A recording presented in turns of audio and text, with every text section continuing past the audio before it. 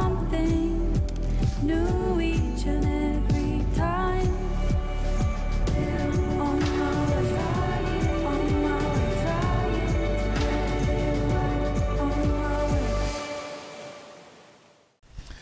Russian President Vladimir Putin, as we've said, has not made any public comment on Prigozhin's presumed death. But on Wednesday, while meeting via video with leaders of Brazil, India, China, and South Africa, the so-called BRICS group, Putin blamed the West for starting the war in Ukraine, and he says Russia is trying to end it.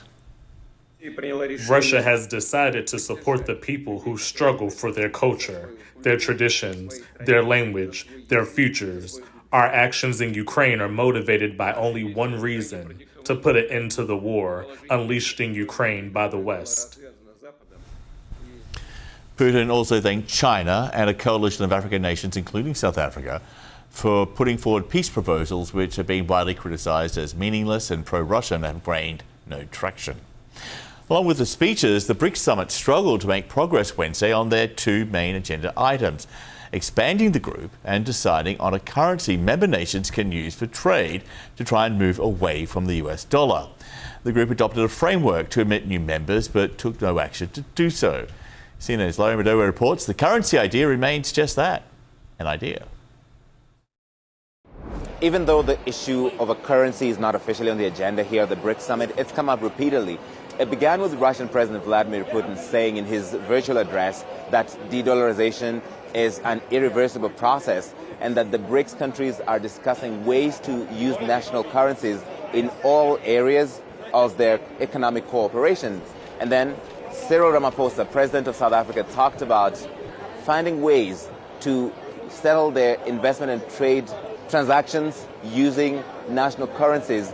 And BRICS countries see this as their fight back to the hegemony of the West and to the dominance of the dollar in international trade.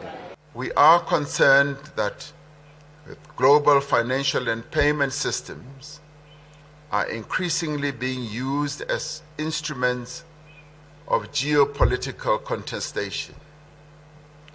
Global economic recovery relies on predictable global payment systems and the smooth operating of banking, supply chains, trade, tourism, as well as financial flows. Replacing the dollar will not be easy. It is the preeminent currency for international trade and investment. BRICS countries have also adopted a document that sets out the pathway, the guidelines to expanding the group.